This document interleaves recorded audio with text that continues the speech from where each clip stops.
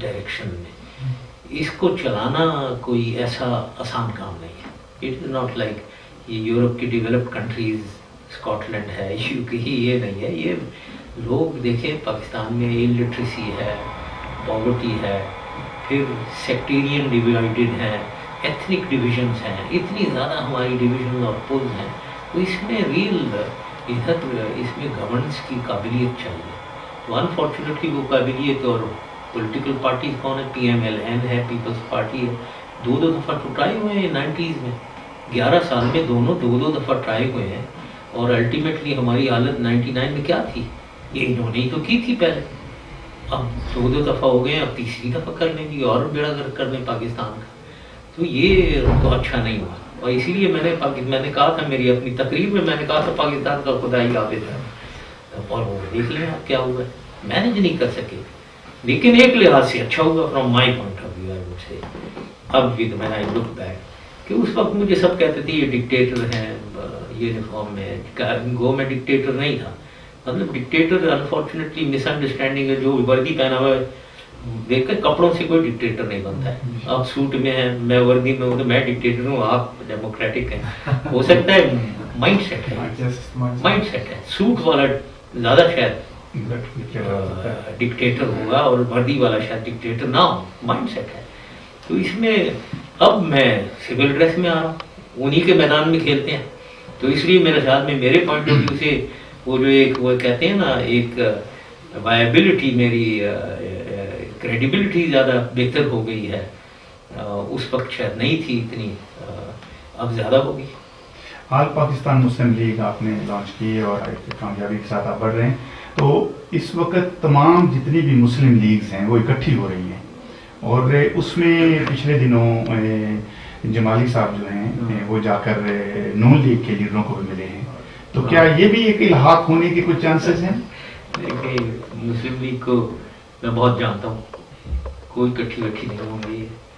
بات یہ ہے ان میں اکٹھا کرنے کے لیے لیڈرشپ چاہیے ہوتی ہے. جمالی صاحب ادھر گئے ہیں, آپ ذرا ادھر پوچھیں وہ جہاں گئے تھے ان سے کیا ملا انہیں, کچھ نہیں ملا ہوا. ادھر وہاں پیر پگاڑا صاحب کے پاس بھی لوگ گئے ہیں, کچھ کہہ رہے ہیں ہم نواز شریف کی طرف جا رہے ہیں, وہ نواز شریف کے پاس جانا نہیں چاہتے ہیں, نواز شریف ان کو لینا نہیں چاہتے ہیں. مطلب سارا یہ ڈیوائیڈڈ معاملہ ہے. ایسی کوئی کامن گراؤنڈ نہیں ہے جس کے ارد گرد وہ آ سکے. تو کوئی ایسی چیز نہیں ہے. ان کے آپس میں اتنے ڈفرینسز ہیں. وہ ہم خیال گروپ بنا ہوا ہے, وہ پی ایم ایل کیو سے الگ ہوا ہوا ہے, وہ کبھی جوائن نہیں کریں گے. پیر پگاڑا صاحب کہہ رہے ہیں ہم چودھری کو کبھی بلائیں گے ہی نہیں, وہ کہتے ہیں ہم کبھی ان کے پاس جانے ہی نہیں چاہتے. تو باقی جو آپ نام لے رہے ہیں بہت سے, اب میں نام نہیں لینا چاہتا ہوں, یہ اپنی بھی سیٹ نہیں جیتیں گے, تو چھوڑیں ان کو, چھوڑ. ایک سوال جو ہے وہ اکثر گونجتا ہے کہ آپ نے نون لیگ کے لیڈر نواز شریف کو اور ہمارے جو ڈاکٹر قدیر خان ہیں ان کو آپ نے بچایا, اس میں کوئی حقیقت ہے؟ بالکل حقیقت ہے. ایک لحاظ سے نون لیگ کے تو میں نے نہیں بچا رہا تھا, وہ تو کورٹ نے سزا ان کو دے دی ہوئی تھی. لیکن میرے خیال میں کنگ عبداللہ نے انہیں بچایا.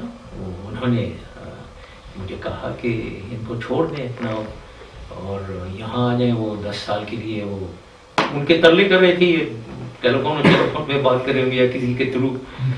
ان کو میں بھی بہت زیادہ آئی ہولڈ ہم ان ویری ہائی اسٹیم. اور انہوں نے مجھے بلا کر یہ ریکویسٹ کرنا کہ آپ انہیں چھوڑ دیں اور یہاں آنے دیں انہیں 10 سال کے لیے, یہ پالیٹکس میں نہیں کرنے دوں گا انہیں. تو میں مان گیا. تو اس لحاظ سے وہ میں چلے گئے صحیح. تو میں انڈائریکٹلی میں نے ہی انہیں بچایا, لیکن کسی ایک بہت ہی person with a lot of who I respect a lot, ان کے کہنے پہ. دوسرا ہے قدیر خان, ان کو تو میں نے بالکل بچایا, ورنہ یہ کوئی اور ہوتا. جو کہہ رہے ہیں کہ میں ان کو امریکہ کو دینا چاہتا تھا اور انہوں نے روکا, یہ مجھے بڑا افسوس ہوتا ہے. مجھے پورا یقین ہے اگر یہ ہوتے نا انہوں نے دے دیا ہوا تھا, کیونکہ یہ لوگ تو آنکھوں میں آنکھیں ڈال کے بولنا نہیں جانتے ہیں نا, یہ تو گھبرا جاتے ہیں اگر کوئی گورا مل جائے. تو ہم تو گوروں سے بات کرنا جانتے ہیں, ہمیں کوئی ایسا پرابلم نہیں ہے کہ ہم نہیں دے رہے. تو ان کو تو میں نے بچایا ہے بالکل. اور یہ میں کہوں گا کہ بہت تھینکلیسنس دکھا رہے ہیں. جتنا میں نے انہیں بچایا ہے, اور میں نے اپنے اوپر بہت کچھ لیا, کیونکہ جتنی بھی یہ